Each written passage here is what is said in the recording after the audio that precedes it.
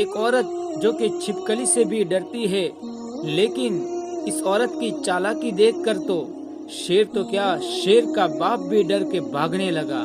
پیچھے مڑ کر دیکھنے کی ہمت تو کیا ہوتی، شیر کو بھی اپنے ساتھ کھینچ کر لے گیا۔ ایک ایسی بہادر عورت اور اس کی چالاکی کو سن کر آپ کے بھی ہوش اڑ جائیں گے اور آپ کے رونگٹے کھڑے ہو جائیں گے۔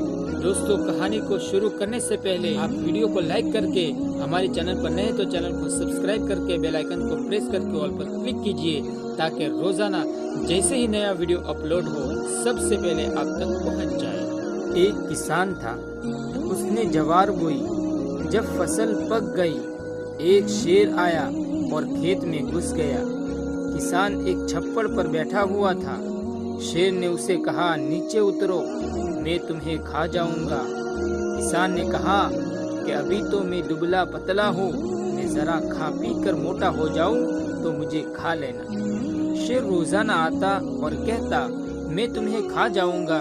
کسان اس کے خوف سے لاغر ہوتا گیا۔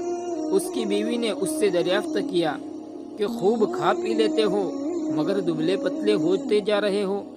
کسان نے کہا کہ ایک شیر روزانہ آتا ہے، مجھے ڈراتا ہے کہ میں تمہیں کھا جاؤں گا، میں اس لیے دبلا ہو رہا ہوں، کسی نہ کسی دن شیر مجھے کھا ہی جائے گا۔ بیوی نے پوچھا، شیر کس وقت آتا ہے؟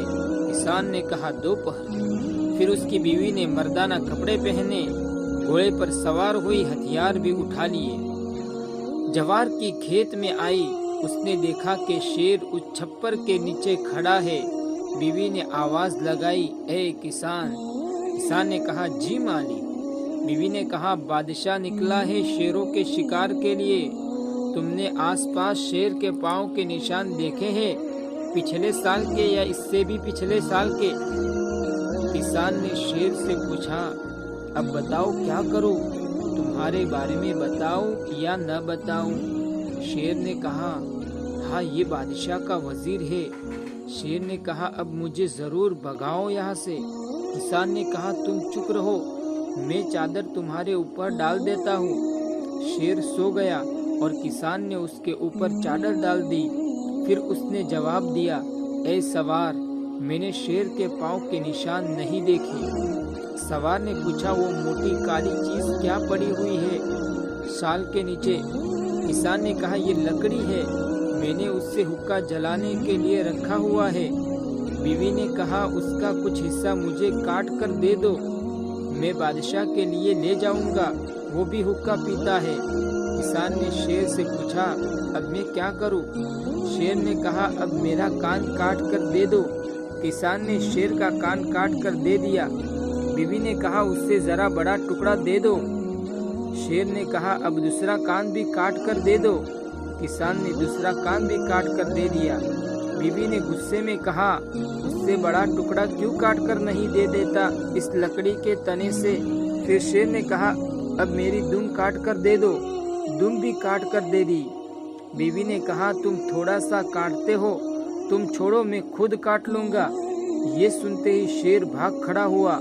سامنے سے ایک گدڑ آیا، اس نے شیر سے پوچھا، تمہارے کان بھی کٹے ہوئے ہیں اور دم بھی خون دے رہا ہے اور تم بھاگ رہے ہو، یہ تمہیں کیا ہو گیا ہے؟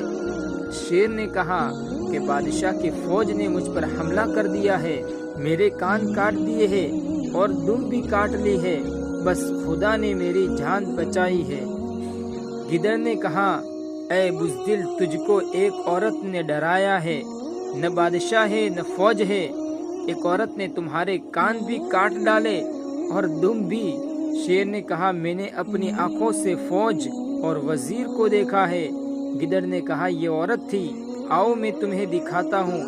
شیر نے کہا، تمہارے ساتھ چلتا ہوں، ایک رسی تم اپنے گلے میں ڈالو اور اس کا ایک سرا میرے گلے میں بھی۔ پھر گدڑ نے رسی اپنے گلے میں اور شیر کے بھی گلے میں ڈالی اور دونوں ساتھ ساتھ چلے۔ سوار نے دیکھا کہ شیر کو گدڑ کھینچتا ہوا لا رہا ہے۔ اس نے گدڑ سے پوچھا کہ تم نے بادشاہ سے وعدہ کیا تھا کہ میں 14 شیر تمہارے پاس لاؤں گا، اب صرف ایک لے کر آئے ہو، وہ بھی کان کٹا۔ یہ سنتے ہی شیر بھاگ کھڑا ہوا اور گیدڑ کو گھسیٹتا چلا گیا۔ گیدڑ کا سر تن سے جدا ہو گیا، ٹانگیں بھی ٹوٹ گئی اور مر گیا۔ شیر اپنے کٹے ہوئے کان اور دم کے بغیر بھاگا۔ کسان اور اس کی بیوی جوار کے کھیت میں خوشی خوشی رہنے لگے۔ دوستو، اس عورت کے بارے میں آپ کا کیا خیال ہے؟ کمنٹ میں ضرور لکھیے۔